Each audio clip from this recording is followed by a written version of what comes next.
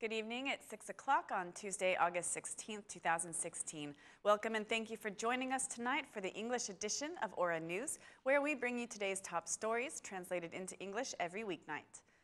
August 16th was predicted as the last deadline to establish the Council of Appointments in the new justice system and is the deadline for the President to draw lots for electing members to the Appointments Council of Justice. The President of the Republic announced that he will not proceed at this time as there are contradictions in the new Constitution. The President argues that the law which defines the qualification criteria to elect candidates has not been adopted and that in this case, drawing lots would not have been effective. The President clarified that the process will be postponed until the vetting law for judges and prosecutors, which determines the criteria for electing the members, is adopted. In the position of President of the Republic, I cannot exercise the right to select members to the Council of Judicial Appointments by lot, as long as the specific law which determines the qualification criteria for the candidates who will undergo lots is absent, says the President. The head of state proposed a review of the amendments adopted on July 22nd. The deadline set cannot be respected, he said, and I think that the relevant provisions in the Constitution should be reviewed, and also referred to other laws that will be adopted. The constitutional amendments stipulate that if the President does not exercise his right to draw lots for the members of the Council within 10 days, then the Assembly Speaker can do the task. But in this case, the vetting law for judges and prosecutors needs to be adopted by August 26th. Even if Parliament holds a special session to adopt the vetting law, appointing members will not be possible as there isn't sufficient time available to finish the vetting process. After the dismissal of Dibra's mayor, Dibra will hold elections for a new mayor. The left-wing coalition will go into the elections with only 4 parties: the Socialist Party, the Socialist Movement for Integration Party, the Party for Justice, Integration and Unity, and the Demo-Christian Alliance. Meanwhile, the right-wing coalition will have 12 parties represented, with the Democratic Party, the Republican Party, and the Red and Black Alliance, among others. During today's meeting, the Central Election Commission gave the MP mandate to Dorata Chupi, the Democratic Party's MP for Dibra, who will substitute MP Shehu. The 2 largest coalitions have registered with the Central Election Commission to participate in the September 11th election race for Dibra's mayor. Meanwhile, the New Democratic Spirit Party has decided not to participate in the elections. The Central Election Commission will produce 57,000 voting papers to accommodate the voters in Dibra. In the past 25 years, the local government in Albania has created arrears totaling 9.5 billion lek. Financial consultant Grant Thornton, contracted by the Albanian government last year to audit the finances of the local governments in Albania, has completed the report and identified the debt as having been created between 1991 and 2015.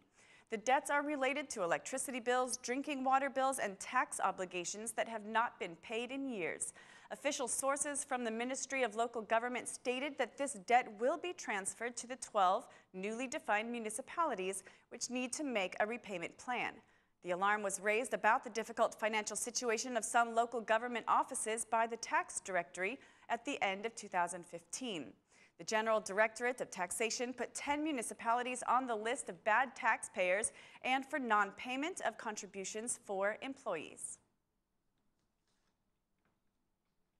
The chairman of the Legalization Agency, Artin Lamay, announced today that the legalization offices will give priority to immigrants who are interested in legalizing their houses during this period.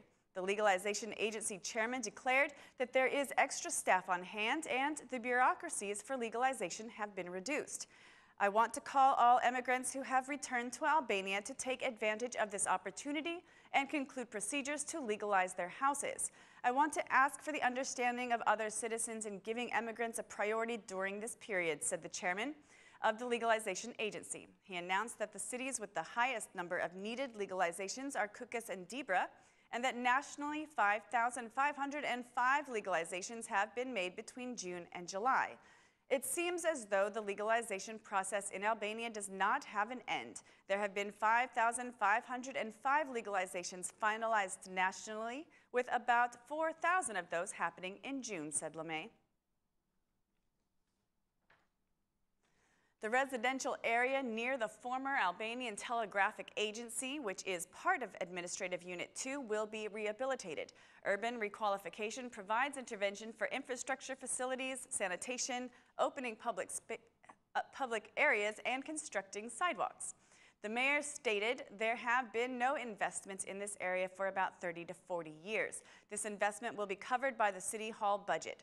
Children will have their space and residents will have their recreational facilities. The good news from the Bank of Albania is that property values in Tirana have increased by 11% in the first quarter of this year and by an additional 5.2% in the second quarter. This means that property values have increased by 16% in Tirana in only 6 months' time, said the mayor. The rehabilitation project envisages the construction of 2 parks and spaces that will be used by private entities. Urban requalification also provides for the construction of sidewalks and the installation of horizontal and vertical signage.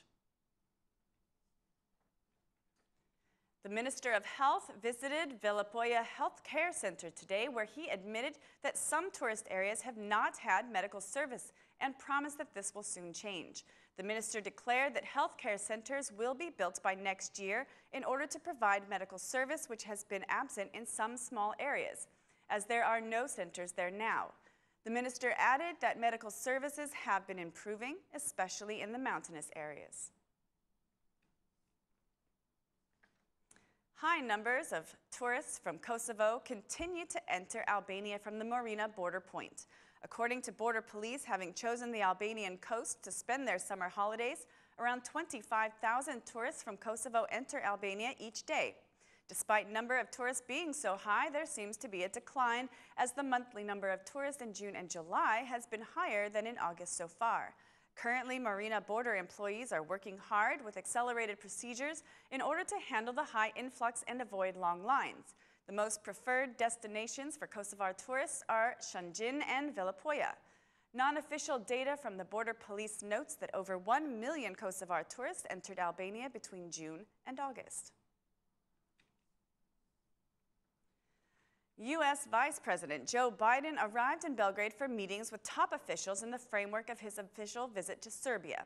Biden was welcomed at Belgrade's Nikola Tesla Airport on Tuesday by the Serbian foreign minister before heading to the capital for meetings and a ceremonial welcome by the prime minister at the Palace of Serbia. The U.S. vice president will hold meetings with the Serbian president and prime minister, holding a press conference later. After Belgrade, Biden will head for Kosovo. On Wednesday, he will hold meetings with Kosovo's president and prime minister. Biden will also participate in a ceremony to name a road after his deceased son near Camp Bondstil, the main U.S. base for troops serving with NATO forces in Kosovo.